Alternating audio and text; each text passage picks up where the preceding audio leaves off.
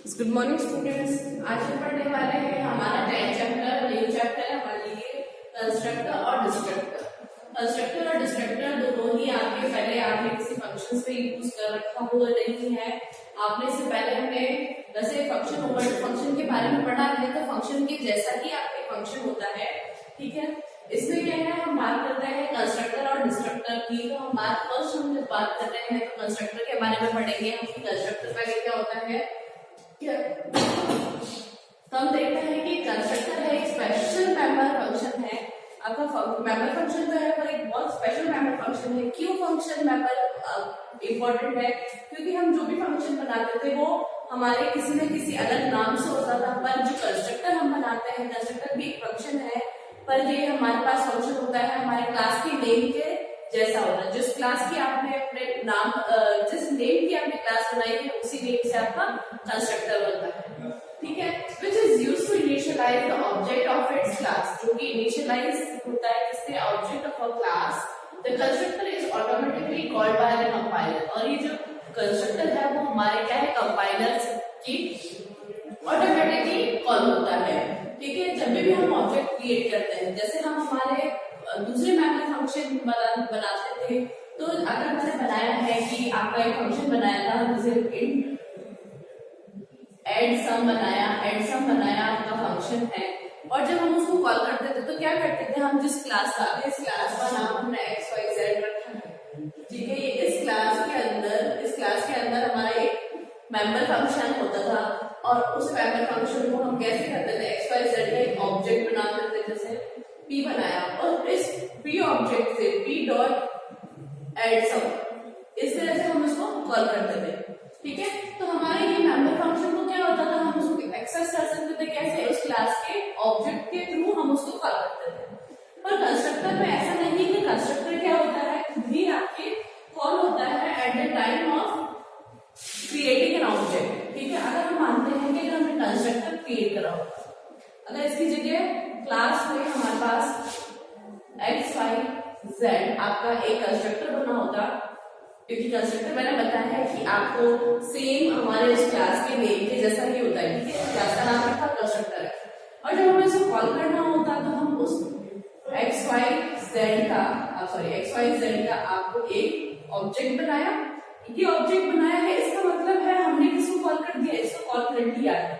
Object बनने के साथ ही वो उसको कॉल भी कर देता है, कंपाइलर की ऑटोमेटिक है, ऑब्जेक्ट के साथ ही इसको हमें पी डॉट कॉल नहीं करना है, ठीक है।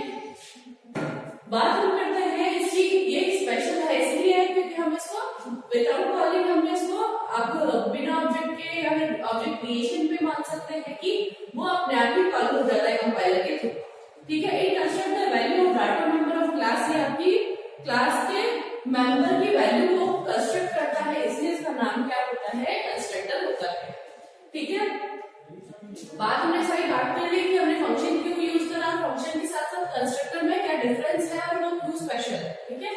बात है हमारे पास इसकी कैरेक्टरिस्टिक्स क्या है हमारे कंस्ट्रक्टर का, ठीक है। Name is same as class name, हमने अभी बताया है कि क्लास नेम के जैसा उसका नाम होता है, ठीक है। It is used to initialize the object, ये ऑब्जेक्ट को इनिशियलाइज करने के लिए, क्योंकि X Y Z dot P लगाया था तो वो क्या था, हमारा इनिशियलाइजेशन ऑफ ऑब्जेक्ट।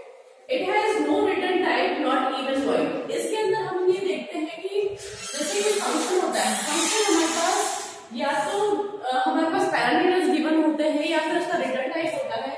जब भी आप फंक्शन बनाते हैं तो रिटर्न 0 या फिर ऐसा कुछ लिखते हैं ताकि वो हमें रिटर्न करता है। अगर हमने फंक्शन के अंदर वॉइड लिखा है तो मतलब उसका कोई रिटर्न टाइप नहीं होता है। पर इसमें क्या है, हमारे पास कोई भी फंक्शन का आपका रिटर्न टाइप नहीं होता, क्योंकि फंक्शन में हमारे पास या तो रिटर्न 0 या फिर कुछ लेते थे हमारे पास, जो भी फंक्शन है हमारे पास इंटीजर वैल्यू में, या फिर हम फंक्शन को वॉइड देते थे। पर इसमें कंस्ट्रक्टर में ऐसा है कि आप इसको ना तो वॉइड देंगे और ना ही आपको ये कोई वैल्यू रिटर्न करता है, ठीक है।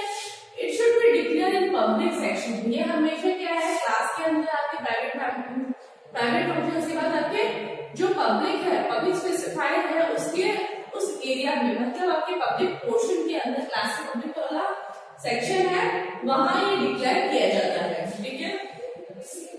ये पब्लिक सेक्शन में डिक्लेयर होता है, इसमें कोई सा भी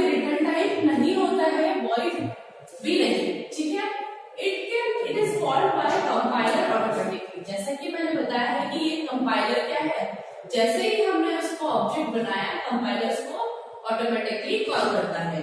ठीक है, it can not B inherited by derived class can called the base class constructor. ठीक है, हम ये कह सकते हैं कि ये इनहेरिट नहीं होता। इनहेरिट मतलब है, अभी आपके कोर्स में इनहेरिटेंस शायद आपने नहीं पढ़ा हो, तो आपकी इनहेरिटेंस होता है कि एक क्लास के फीचर्स मतलब आप दूसरी क्लास में यूज कर सकते हैं, उसे इनहेरिटेंस कह सकते हैं। तो क्लास इनहेरिट होती है, पर हमारा जो कंस्ट्रक्टर है वो इनहेरिट नहीं होता है। बट डिराइव्ड क्लास जो होती है ना, डिराइव्ड क्लास जो होती है वो कॉल कर सकती है बेस क्लास कंस्ट्रक्टर को।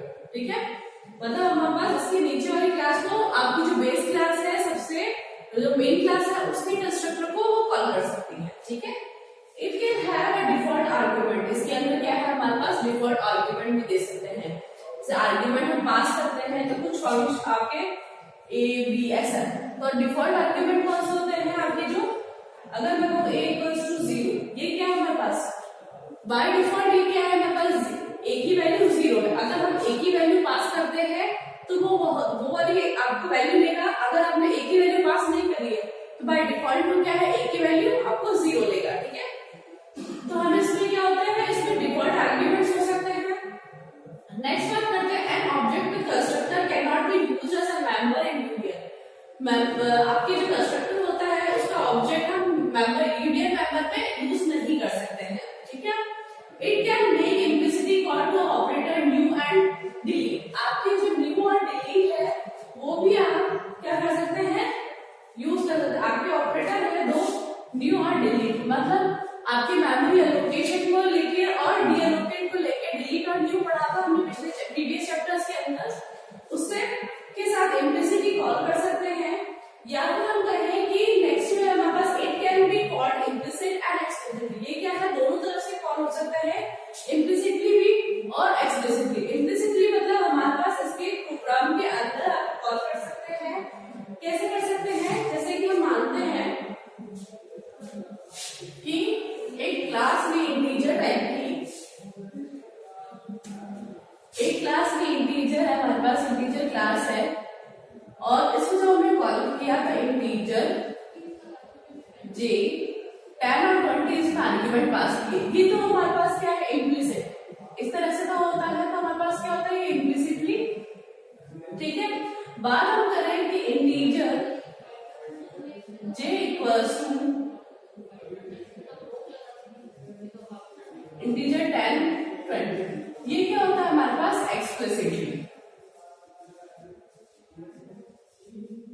ठीक है, तो हम ये कह सकते हैं कि हम इसको दोनों तरफ से आपको आपके कॉल कर सकते हैं। इम्प्लिसिटली कॉल कर सकते हैं, एक्सप्लिसिटली। इम्प्लिसिटली हमारे पास इंटीजर मतलब इंटीजर आपको मतलब क्लास का नेम जे, आपका जो भी नेम है वो ऑब्जेक्ट और आर्ग्यूमेंट पास करना है। इसमें क्या होता है, आर्ग्यूमेंट जो आपने दिए हैं वो आपको असाइन करता है इंटीजर जे को। ठीक है, ये दो तरीके से हम इसको कॉल कर सकते हैं। अब बात करते हैं हम हमारे पास इसको किस तरह से इसका कंस्ट्रक्शन है, मतलब सिंटेक्स है, किस तरह से यूज करते हैं, इसके बारे में देखते हैं। ये इसमें हमारा कोई एग्जांपल है कंस्ट्रक्टर का। कंस्ट्रक्टर किस तरह से आपको डिफाइन करना चाहता है। ठीक है, आपके पॉइंट क्लास बनाई है, पॉइंट अपनी क्लास है, इसमें आपने इंटीजर दी है एक्स और वाई जो कि प्राइवेट मेंबर है हमारे पास। ठीक है, बात हम करते हैं पब्लिक की। पब्लिक में हमने लिखा है पॉइंट पॉइंट, इसका मतलब ये हमारे पास क्या है, कंस्ट्रक्टर हमने बताया है, कंस्ट्रक्टर को हमने डिक्लेयर किया है कि हमारे पास एक कंस्ट्रक्टर है और कौन से नाम का है, वॉइड है, और आपको उसने क्लास को क्लोज कर दिया। तो आपकी क्लास यहाँ से यहाँ पर क्लोज हो गई है, तो ये क्लास के अंदर होता है। क्लास का अंदर होने के साथ साथ ये पब्लिक सेक्शन के मतलब पब्लिक आप डिफाइन करने के बाद आपको बताते हैं मतलब पब्लिक सेक्शन के अंदर है। ठीक है, क्लास के नेम से जैसा है। अब हम बात करते हैं इसको एक्सेस कैसे करते हैं। क्लास का नाम, ठीक है, क्लास का नाम स्कोप रिजोल्यूशन ऑपरेटर, जैसे हम हमारे मेंबर फंक्शन को आप एक्सेस करते थे, scope resolution operator point point हमारे पास आपका कंस्ट्रक्टर। ठीक है, इसको हम क्या कर रहे हैं, यहाँ पर हमारे पास डिफाइन कर रहे हैं। डिफाइन मतलब हमारे पास इसकी डेफिनेशन क्या कह सकते हैं कि आपका कंस्ट्रक्टर क्या टास्क परफॉर्म कर रहा है, या टास्क को हमने कहाँ डिफाइन करा है, हमारे पास क्लास के बाहर। ठीक है, इस क्लास के बाहर मैंने वॉइड वेक्टर लिया है, एक्स की वैल्यू हमने 0 दी है, वाई की वैल्यू क्या है आपकी 0। तो आपका ये फंक्शन यहाँ पे फिनिश हो गया है। ठीक है, इसके बाद यहाँ पे क्या आपने एक पॉइंट नाम का क्लास का साथ उसका पी ऑब्जेक्ट लिया। पी ऑब्जेक्ट के साथ हम इसको यहाँ पे जैसे ही आपने पॉइंट पी लिखा तो इस ऑब्जेक्ट बनने के साथ साथ ही ये किसको कॉल कर रहा है, हमारे ऑब्जेक्ट को कंस्ट्रक्टर को कॉल कर रहा है। हमें पी डॉट आपके पॉइंट लिखने की जरूरत नहीं है, ये डायरेक्ट आपको किसको कॉल कर रहा है, कंस्ट्रक्टर को कॉल कर रहा है क्लास के। ठीक है, तो ये ऐसे वर्क करेगा हमारे पास। जैसे ही हमारे पास एक्सेस किया है, यहाँ पर आया, यहाँ पे आपको कॉलिंग हुई, इसकी डेफिनेशन में आया, डेफिनेशन में आके x की वैल्यू 0 और y की वैल्यू 0 इनिशियल बता देगा। अगर आप इसकी वैल्यू को हमारे पास दूसरे फंक्शन में या किसी बाहर हम उसको प्रिंट करवाना चाहिए x की वैल्यू और y की वैल्यू को, तो हम जब भी प्रिंट करवाएंगे x और y की वैल्यू क्या बताएगा वो 0। ठीक है, इसके बाद हमारा नेक्स्ट टॉपिक है पैरामीटराइज्ड कंस्ट्रक्टर। हमारा ये कंस्ट्रक्टर था जिसके अंदर हमने कोई पैरामीटर पास नहीं करे थे। नेक्स्ट हमारे पास है जिसमें पैरामीटर होते हैं, वो कंस्ट्रक्टर कैसा होता है। ठीक है, क्लास है, as well as point type की क्लास है, इंटीजर x y दो प्राइवेट मेंबर लिए हमारे पास। पब्लिक के अंदर हमने डिफाइन किया है, डिक्लेयर किया है पॉइंट a इन b, मतलब दो हमारे पास क्या है पैरामीटर दिए हैं उसको। इसके अंदर हमारे पास ये पूरा कंस्ट्रक्टर की बॉडी है कि आप उसके अंदर क्या टास्क है, क्लास फिनिश। इसके अंदर हमने इसको पॉइंट a एंड b से अपने पैरामीटर उसको एक्सेस करा by with the help of scope resolution and name of a class. इसको हमने टास्क दिया है कि हमारे पास जो int a और int b में जो वैल्यू पास हुई है वो क्या a की वैल्यू x को असाइन करें और b की वैल्यू y को असाइन करें। ठीक है, अब हम इसका क्या है एक क्लास का ऑब्जेक्ट बनाते हैं, या फिर हम कह सकते हैं इसको कॉल करते हैं। तो दो तरीके से कॉलिंग मैंने आपको बताई थी, उसी तरह से हम इसको कॉल कर रहे हैं। ठीक है, पॉइंट p पर हम ये करते हैं point p equals two point 10 20। अगर आपने इसको करा है तो ये मतलब हमारे पास क्या है एक्सप्लिसिटली कॉल हो गया है point p equals two point 10 20। तो ये 10 और 20 इसकी वैल्यू है a और b की। ठीक है, a और b की वैल्यू है, तो a और ये यहाँ पे जैसे ऑब्जेक्ट कॉल करेंगे तो ये इधर आएगा, a की वैल्यू असाइन होगी और b की वैल्यू असाइन होगी। तो ये हमारे पास किससे x की वैल्यू किससे a हो जाएगी, तो यहाँ हमारे पास 10 आएगा और यहाँ पे क्या है हमारे पास b। ठीक है, तो जब हम इसको राइट करेंगे तो x की वैल्यू हमारे पास जब हमारे पास प्रिंट करवाना चाहते हो तो x की वैल्यू 10 और y इक्वल्स टू 20 वैल्यू हो जाएगी। ये हमारे पास क्या है एक्सप्लिसिटली कॉल है।